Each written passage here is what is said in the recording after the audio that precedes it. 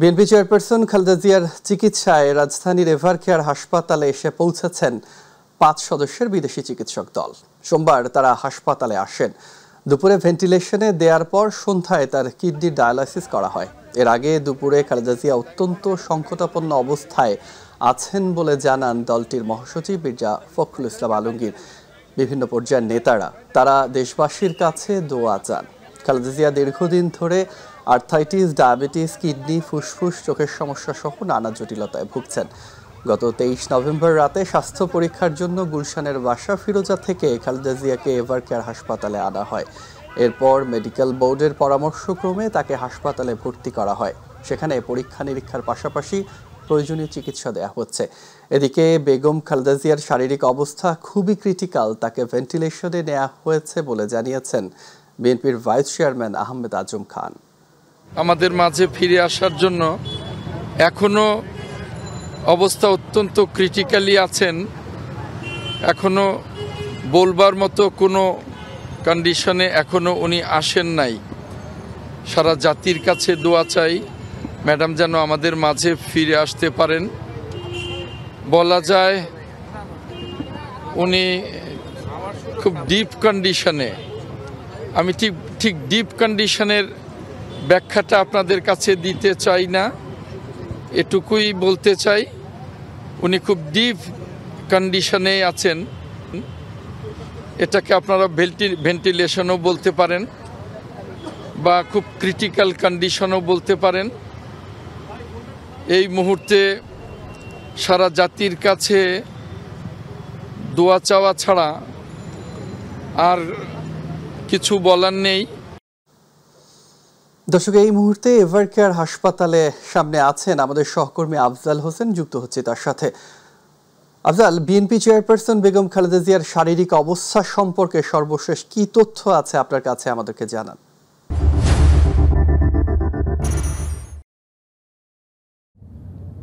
হাফিজ, আপনি জানেন BNP chairperson এবং সাবেক প্রধানমন্ত্রী বেগম খালেদা জিয়া এই মুহূর্তে আমার পেছনে এভারকেয়ার হসপিটালে আছেন এবং এখানে তিনি চিকিৎসা নিচ্ছেন।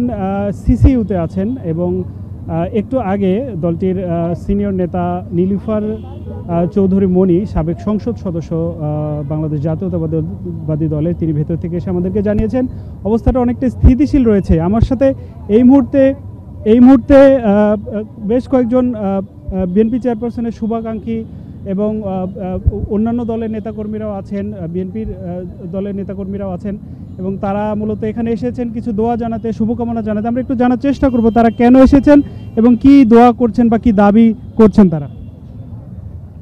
আল্লাহ বেগম জিয়াকে সুস্থ রাখুক, এই দোয়াই করছি। কারণ উনি 4 দলের থেকে আমাদের সাথে, আমরা তার নেতৃত্বে কাজ করেছি। ইনশাল্লাহ উনি জীবিত থাকবে এবং আমরা আগামী নির্বাচনে তাকে নিয়ে নির্বাচনে প্রতিদ্বন্দ্বিতা করব।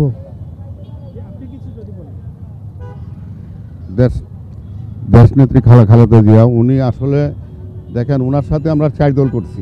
উনি 4 দলের রূপকার। ওনার সাথে আন্দোলন সংগ্রাম করছি দীর্ঘ বছর এবং উনি যদি আজকে জীবিত থাকে এই দেশের জন্য ভালো হবে। এই দেশের মানুষ অনেক ক্ষতি হবে যদি উনি। কি দোয়া চাচ্ছেন, কি প্রার্থনা করছেন?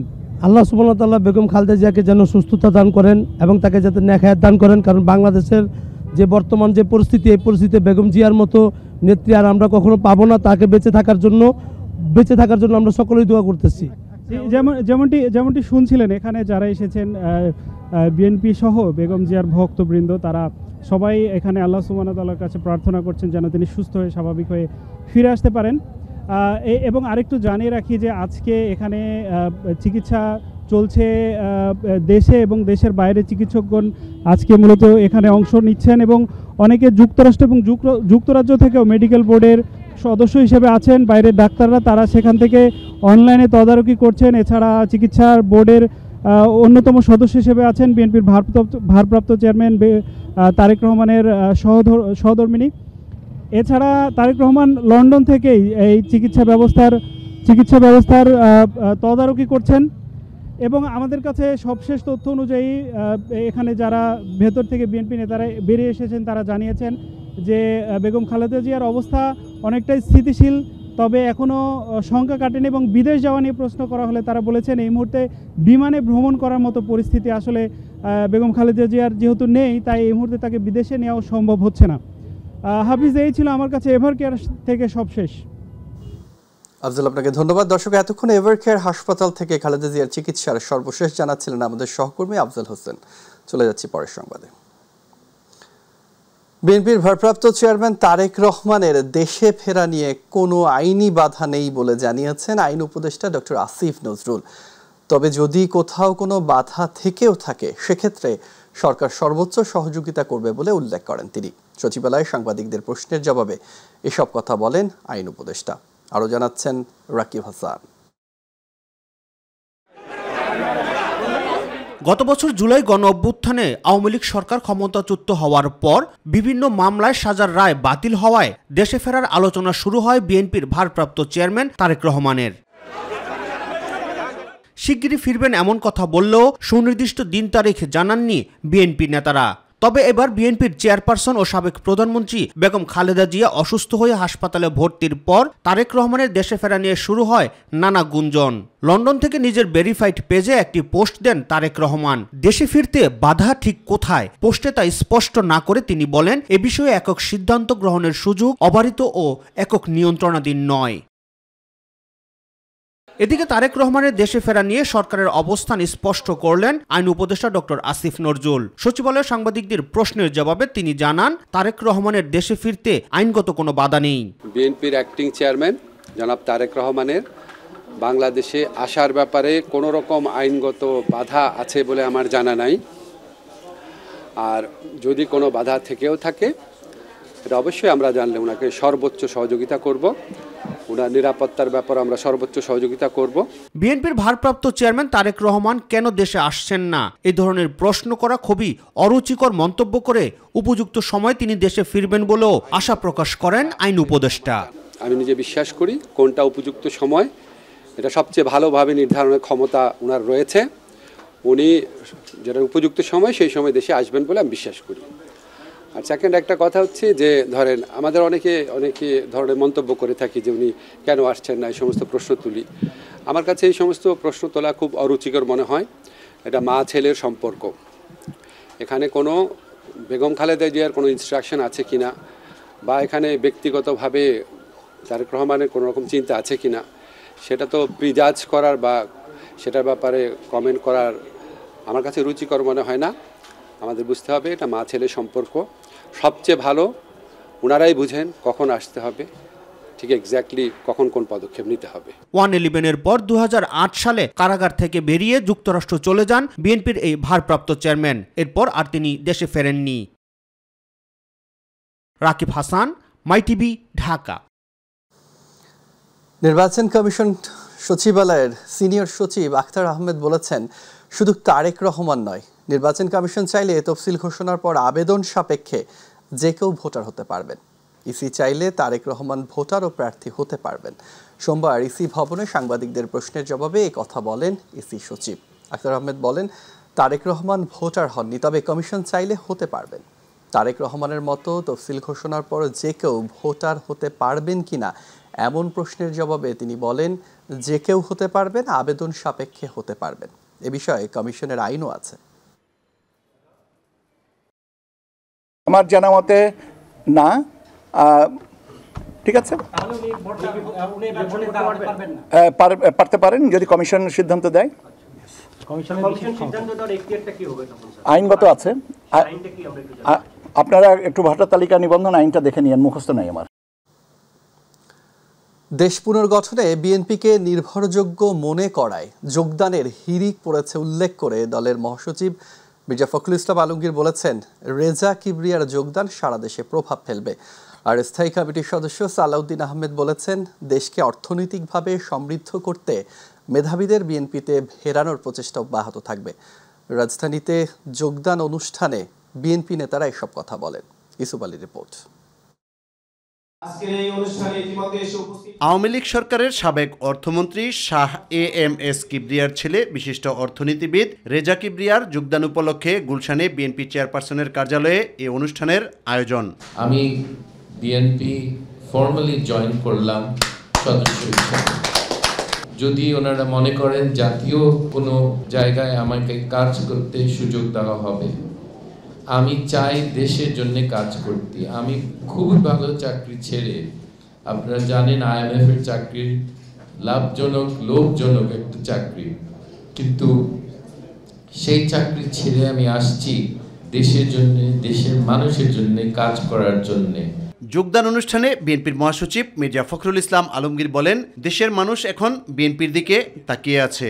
আমরা ডক্টর রেজা কিবরিয়াকে স্বাগত জানাচ্ছি এবং আশা করছি যে ডক্টর রেজা কিবরিয়ার যোগদান শুধু তার এলাকা না, নির্বাচনী এলাকা নয়, সারা বাংলাদেশেই একটা প্রভাব বিস্তার করবে এবং তিনি তার মেধা দক্ষতা দিয়ে এই যে কর্মসূচি আমরা গ্রহণ করেছি, 31 দফা কর্মসূচি, সেই কর্মসূচির ভিত্তিতে বাংলাদেশ নির্মাণ করার ক্ষেত্রে তিনি তার ভূমিকা রাখতে পারবেন।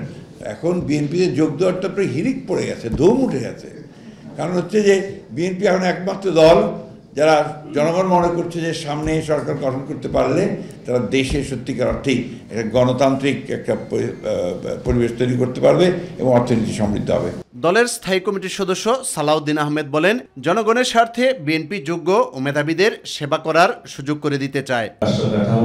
প্রয়োজনীয় গণতান্ত্রিক সংস্কারের জন্য আমাদের প্রয়োজন অনেক মেধাবী নেতৃত্বের, প্রতিভাবান মানুষদের, যারা জাতীয় অর্থনীতি এবং গণতান্ত্রিক সংস্কারের জন্য যথেষ্ট গুরুত্বপূর্ণ ভূমিকা রাখতে পারবেন।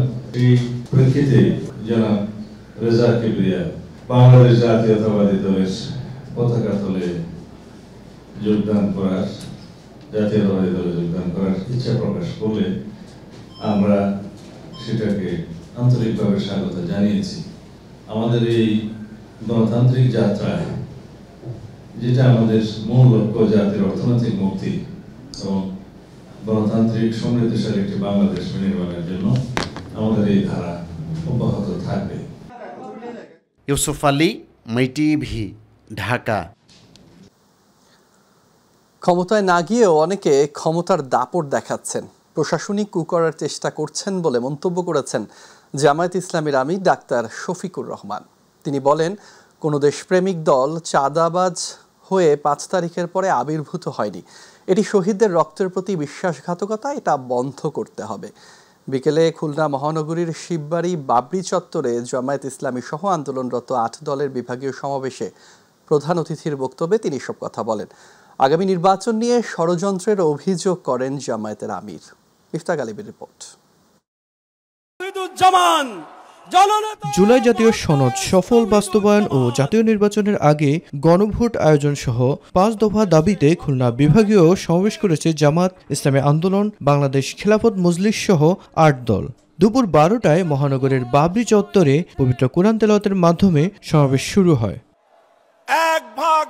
সমাবেশে প্রধান অতিথির বক্তব্যে জামাতে ইসলামের আমির ডাক্তার শফিকুর রহমান বলেন, কিছু দল ও ব্যক্তি বাংলাদেশকে দুর্নীতিতে চ্যাম্পিয়ন করেছিল, তার ফলে ফ্যাসিবাদ ও দুঃশাসনের বিরুদ্ধে হয়েছিল জুলাই বিপ্লব।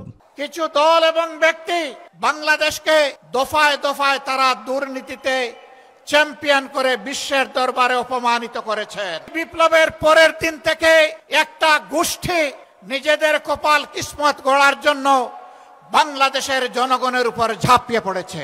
দুর্নীতি চাঁদাবাজি অব্যাহত রয়েছে উল্লেখ করে তিনি বলেন, ক্ষমতায় না যেও ক্ষমতার মাঠ একটি দল ভোগ করছে, ক্ষমতায় গেলে জামাত বৈষম্য দূর করার জন্য কাজ করবে বলেও মন্তব্য করেন জামাত আমির। ক্ষমতায় না গিয়ে অনেকে ক্ষমতার দাপট দেখাচ্ছেন, প্রশাসনিক কু করার চেষ্টা করছেন। আগামী নির্বাচনে চলে বলে কৌশলে কেউ কেউ আমরা শুনতে পাই বিভিন্ন জায়গায় বসে ষড়যন্ত্রের জাল বুনছেন। আমরা তোমাদেরকে কথা দিচ্ছি, তোমাদের বুটের পাহারাদারি করার জন্য আমরাও যুবক হয়ে সেদিন তোমাদের সাথে একইভাবে লড়ব ইনশাআল্লাহ। এদিকে দুপুরে রাজধানীর ইউনাইটেড হাসপাতাল থেকে হৃদরোগের চিকিৎসা শেষে বাসায় ফেরার পথে গণমাধ্যমের মুখোমুখি হন জামাতে ইসলামীর নায়েবে আমির ডক্টর সৈয়দ আব্দুল্লাহ মোহাম্মদ তাহের। বলেন, জাতীয় রাজনীতিতে দেশের বৃহৎ রাজনৈতিক দলগুলোর মাঝে বোঝাপড়া, সমঝোতা এবং নীতিগত ঐক্য প্রয়োজন। বাংলাদেশের আগামী রাজনীতি এবং আগামী নির্বাচনের জন্য বৃহৎ রাজনৈতিক দলগুলোর ভিতরে আরও অনেক বেশি সমঝোতা বোঝাপড়া এবং নীতিগত ঐক্য প্রয়োজন। বিএনপি চেয়ারপারসন বেগম খালেদা জিয়ার শারীরিক অবস্থায় সহমর্মিতা প্রকাশ করে দলের পক্ষ থেকে দেশপ্রেমিক আপসহীন এই নেত্রীর দ্রুত আরোগ্য কামনা করেন ডাক্তার তাহের। মিফতাহ গালিব, মাই টিভি, ঢাকা। ক্ষমতার অপব্যবহার করে রাজুকের পূর্বাঞ্চল নতুন শহর প্রকল্পে সরকারি প্লট বরাদ্দ নেয়ার দায়ে শেখ হাসিনাকে 5 বছরের সশ্রম কারাদণ্ড 1 লাখ টাকা জরিমানা করেছেন আদালত। একই সাথে তার বোন শেখ রেহানাকে 7 বছরের কারাদণ্ড সহ 1 লাখ টাকা জরিমানা ও রেহানার মেয়ে টিউলিপ রিজওয়ানা সিদ্দিককেও 2 বছরের কারাদণ্ড 1 লাখ টাকা জরিমানা করা হয়েছে। এই মামলার বাকি আসামি সাবেক গণপূর্ত প্রতিমন্ত্রী শরীফ আহমেদ সহ 14 জনকে 5 বছরের কারাদণ্ড দিয়েছেন আদালত। এস এম আরিফের রিপোর্ট। ক্ষমতার অপব্যবহার করে পূর্বাঞ্চলের রাজুকের প্লট বরাদ্দের অভিযোগে সাবেক প্রধানমন্ত্রী শেখ হাসিনা, বোন শেখ রেহানা ও বোনের মেয়ে টিউলিপ সিদ্দিক সহ 15 জনের বিরুদ্ধে গত 13 জানুয়ারি মামলা করে দুর্নীতি দমন কমিশন। পরে তদন্তকালে আরও 2 জনকে আসামি করা হয়। সোমবার এই মামলার রায় ঘোষণা করা হয়। রায়ে শেখ রেহানার 7 বছর, শেখ হাসিনার 5 ও টিউলিপের 2 বছরের কারাদণ্ড দেন ঢাকার বিশেষ জজ আদালত 4-এর বিচারক মোহাম্মদ রবিউল আলম। শেখ রেহানাকে 7 বছরের কারাদণ্ড, 1 লক্ষ টাকা জরিমানা এবং অনাদায়ী 6 মাসের জেল। টিউলিপ সিদ্দিককে 2 বছরের কারাদণ্ড, 1 লক্ষ টাকা জরিমানা, অনাদায়ী 6 মাসের কারাদণ্ড। শেখ হাসিনা সহ আরও 14 জন আসামিকে 5 বছর কারাদণ্ড, 1 লক্ষ টাকা করে জরিমানা এবং অনাদায়ী 6 মাসের দণ্ড। এই রায়কে মাইল ফলক উল্লেখ করে পরবর্তী শাসকদের জন্য তা বিশেষ বার্তা হিসেবে থাকবে বলে মনে করেন দুদকের আইনজীবীরা। যে এটা মাইল ফলক রায়, যে পরবর্তীতে যারাই আসবেন দেশের শাসন ক্ষমতায় তারা অন্তত একটু সতর্ক থাকবেন যে আমরা যেন কোনো দুর্নীতির সাথে জড়িত না থাকি। কারণ আইন সবার জন্য সমান এবং সাজা ভোগ করতে হয়। ক্ষমতা কারোরই চিরদিন থাকে না। তাকে অবশ্যই তাদের সবাইকেই এই বিষয়ে সতর্ক থাকতে। দুদকের অভিযোগ, ক্ষমতার অপব্যবহার করে ব্রিটিশ এমপি টিউলিপ সিদ্দিক তার মা শেখ রেহানা, বোন আজমিনা সিদ্দিক ও ভাই রাদওয়ান মুজিবের নামে পূর্বাচল নতুন শহর প্রকল্পে প্লট বরাদ্দ নেন। তবে এ মামলায় শুধু রেহানার প্লট পাওয়ার বিষয়টি উল্লেখ করা হয়েছে। আজমিনা ও রাদওয়ানকে আলাদা 2 মামলায় আসামি করেছে দুদক। এস এম আরিফ, মাই টিভি, ঢাকা। নির্বাচন কমিশনার আনোয়ারুল ইসলাম সরকার বলেছেন, আচরণবিধি লঙ্ঘন করলে কাউকে ছাড় দেবে না নির্বাচন কমিশন। এক্ষেত্রে কোনো শোকজ করা হবে না। যে প্রার্থী আচরণবিধি লঙ্ঘন করবে তার প্রার্থিতা বাতিল হয়ে যাবে। সকালে নারায়ণগঞ্জ বন্দরে সায়রা গার্ডেনে নির্বাচন প্রক্রিয়ায় ভোট গ্রহণকারী কর্মকর্তাদের চ্যালেঞ্জসমূহ নিরূপণ ও উত্তরণের উপায় শীর্ষক এক কর্মশালায় প্রধান অতিথির বক্তব্যে তিনি কথা বলেন। তিনি আরও বলেন, যেন তেনভাবে কোনো নির্বাচনের আয়োজন হবে না। যেখানে জরিমানা করা দরকার, যেখানে জেল দেয়া দরকার, ম্যাজিস্ট্রেটরা সবসময় তৎপর থাকবে এবং যথাযথ ব্যবস্থা নেবে। নির্বাচনকালে পোস্টারের বিষয়ে তিনি বলেন, এবার নির্বাচনের সময় কোনো পোস্টার থাকবে না। এই মাসের 2য় সপ্তাহের ভিতরে আমরা নির্বাচনের তফসিল ঘোষণা করব এবং 2 মাস পরে যেই তারিখে আমরা শিডিউলটা ডিক্লেয়ার করব সেই দিক থেকে কম বেশি 60 দিনের ভিতরেই আমরা নির্বাচনটা অনুষ্ঠিত হবে। বিশেষ করে সেটি রমজান মাসের আগেই এবং ফেব্রুয়ারির 2nd উইকেই আমরা আশা করতে পারি যে বাংলাদেশের ইতিহাসে একটা সুন্দর নির্বাচন 2026-এ হবে। আসন্ন জাতীয় সংসদ নির্বাচনে জোটবদ্ধ নির্বাচন করলেও স্ব দলীয় প্রতীকে নির্বাচনে কেন বৈধ? সোমবার বিচারপতি ফাতেমা নজিব ও বিচারপতি ফাতেমা আনোয়ারের হাইকোর্ট বেঞ্চ এই রুল জারি করেন। আগামী 10 দিনের মধ্যে নির্বাচন কমিশনকে রুলের জবাব দিতে বলা হয়েছে। এর আগে 27 নভেম্বর জাতীয়তাবাদী গণতান্ত্রিক আন্দোলনের মহাসচিব মমিনুল আমিন জোটবদ্ধ হলেও নিজ দলের প্রতীক ব্যবহার করে জাতীয় সংসদ নির্বাচন করতে হবে এমন বিধানকে চ্যালেঞ্জ করে হাইকোর্টে রিট করেন। বিধান স্থগিতের পাশাপাশি জোটবদ্ধ নির্বাচনে একই প্রতীক ব্যবহারের বিধান বহাল চেয়েছে তিনি। রিট আবেদনকারী মমিনুল আমিন বলেন, আরপিওতে যে সংশোধনী আনা হয়েছে তা অসাংবিধানিক ও মত প্রকাশের পরিপন্থী। শুরু হলো বিজয়ের মাস ডিসেম্বর। বাংলাদেশের ইতিহাসে শ্রেষ্ঠ ঘটনা মহান মুক্তিযুদ্ধ। 1971 সালের 16 ডিসেম্বর মহান মুক্তিযুদ্ধে চূড়ান্ত বিজয়ের মাধ্যমে বাঙালি জাতির জীবনে সবচেয়ে গৌরবের অধ্যায় রচিত হয়। বিশ্বের মানচিত্রে জন্ম নেয় স্বাধীন সার্বভৌম বাংলাদেশ। বাঙালি জাতিকে দমিয়ে রাখতে 1971 সালের 25 মার্চ থেকে ব্যাপক হত্যাযজ্ঞ শুরু করে পাকিস্তানি বাহিনী। রাজপথ অলিগলিতে বয়ে গেল রক্তের স্রোতধারা। রাজনৈতিক নেতৃত্বহীন, অপ্রস্তুত, অসংগঠিত জাতি তখন দিশাহীন। ঠিক সেই মুহূর্তে 27 মার্চ কালুরঘাট বেতার কেন্দ্র থেকে স্বাধীনতার ঘোষণা দেন মেজর জিয়াউর রহমান। 9 মাসের রক্তক্ষয়ী যুদ্ধে লাখো বাঙালির আত্মত্যাগ আর মা বোনের সম্ভ্রমের বিনিময়ে অর্জিত হয় আমাদের বিজয়। রেসকোর্স ময়দানে পাকিস্তানি বাহিনী নতি স্বীকারে বাধ্য হয়। রক্তক্ষয়ী সংগ্রামের পথ বয়ে আসে পরম কাঙ্ক্ষিত বিজয়।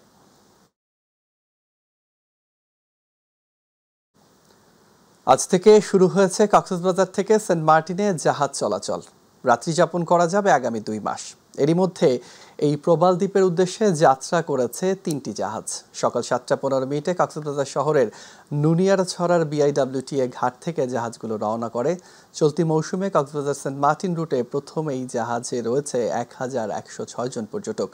এমভি কর্ণফুলী এক্সপ্রেস, এমভি বারো আউলিয়া, কেয়ারি সিন্দাবাদ ও কেয়ারি অ্যান্ড ক্রুজ ডাইন নামে 4টি জাহাজ কক্সবাজার থেকে সেন্ট মার্টিনের নৌপথে চলাচলের অনুমতি নিয়েছে। এছাড়া সেন্ট মার্টিনের জীববৈচিত্র্য রক্ষায় সরকারের জারি করা 12টি নির্দেশনা কঠোরভাবে বাস্তবায়ন করা হবে। সরকারি নির্দেশনা মেনে প্রতিদিন সর্বোচ্চ 2000 পর্যটক যেতে পারবেন অনুমতিপ্রাপ্ত জাহাজগুলোতে। 31 জানুয়ারি পর্যন্ত থাকছে দ্বীপে রাত্রি যাপনের সুযোগ। ডাকসুর ভিপি জিএস সহ অন্যান্য সম্পাদকদের বিরুদ্ধে অব্যাহতভাবে প্রোপাগান্ডা, অশ্লীলতা ছড়ানো বিভিন্ন রাজনৈতিক পেজগুলোর বিরুদ্ধে ডিএমপির সাইবার সাপোর্ট সেন্টারে অভিযোগ দায়ের ও শাহবাগ থানায় মামলা দায়ের করা হয়েছে বলে নিশ্চিত করেছেন ডাকসুর মুক্তিযুদ্ধ গণতন্ত্র আন্দোলন বিষয়ক সম্পাদক ফাতেমা তাসনিম জুমা। বিকেলে তিনি রাজধানীর মিন্টু রোডে অবস্থিত সাইবার ইউনিটে উপস্থিত হয়ে অভিযোগ করেন। সাইবার ক্রাইমের বিরুদ্ধে ভিকটিম ছাত্রনেতা নেতৃবৃন্দের মামলা দায়ের শেষে গণমাধ্যমের মুখোমুখি হন ডাকসুর ভিপি সাদিক কায়েম। বিশ্ববিদ্যালয়ের ছাত্রদের হয়রানি রোধে নজরদারি বাড়াতে শাহবাগ থানায় আলাদা ডেস্ক হবে উল্লেখ করে সাদিক কায়েম জানান, যারা বুলিং, প্রোপাগান্ডা, অশ্লীলতা ছড়াচ্ছে তাদের শাস্তি হওয়া উচিত।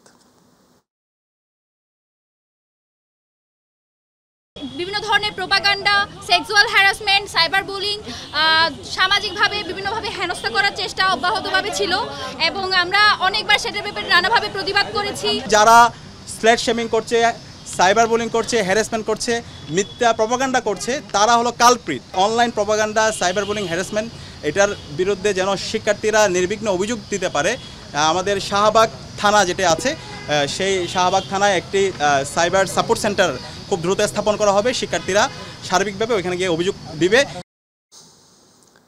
পিলখানা হত্যাকাণ্ডে বাহিনীর জড়িতদের নাম প্রকাশ করে দ্রুত গ্রেফতারের দাবি জানিয়েছেন শহীদ পরিবারের সদস্যরা। সকালে বিডিআর বিদ্রোহের ঘটনা তদন্তে গঠিত কমিশনের প্রতিবেদনের প্রতিক্রিয়া জানাতে আয়োজিত এক সংবাদ সম্মেলনে দাবি জানান তারা। সংবাদ সম্মেলনে কমিশনের প্রতিবেদন নিয়ে সন্তুষ্টির কথা জানিয়েছেন শহীদ পরিবারের সদস্যরা। তারা বলেন, বিচার নিয়ে সোচ্চার থাকার কারণে শহীদ পরিবারের সদস্যদের নানাভাবে ভয়ভীতি দেখানো হচ্ছে। এই অবস্থায় শহীদ পরিবারের নিরাপত্তা নিশ্চিতের পাশাপাশি জড়িত সেনা সদস্যদের দ্রুত আইনের আওতায় আনার দাবি জানিয়েছেন তারা। আপনারা আরেকটা জিনিস যদি খেয়াল করে রাখেন, লাস্ট ইনভেস্টিগেশনে তারা নাম কিছু মেনশন করতে চাচ্ছিলেন না তাদের ওন সিকিউরিটির জন্য। একটা নাম তারা বাধ্যতামূলকভাবে বলে, which is general Aziz. The only reason general আজিজের নাম তারা কনফিডেন্টলি বলতে পারে কারণ আল জাজিরা একটা পাবলিক ইনভেস্টিগেশন করে তারা এটা ফাঁস করে দেয় তার পলিটিক্যালি সে কত রং ছিল। কিন্তু আপনার কি মনে হয় না তার মতো আরো মানুষ আছে উইদিন দ্য সিস্টেম? এবং এই সকল সিস্টেমে এই যে মানুষগুলা তাদেরকে আমরা দেখেছি, আমরা বিগত 16 বছর ধরে আর্মির মধ্যে ছিলাম এবং আমরা দেখেছি তারাই ফেক স্মাইলস, তারাই এসে আমাদেরকে সান্ত্বনা দিবে বা তারাই খুবই মহৎ ভাবে অ্যাক্টিং করবে। আমরা জানি তারা কারা, বাট আমরা এখন পর্যন্ত কনফিডেন্স পাই না কখনো বলতে যে তারা কারা। আজ এই রিপোর্টের পরে আমরা শুধু শহীদ পরিবার না, এদেশের সকল জনগণ এখন একেবারে সুনির্দিষ্ট করে বলতে পারবে যে এই হত্যাকাণ্ড কারা ঘটিয়েছে। এটা আমাদের এই সময়ের জন্য সবচেয়ে বড় অর্জন।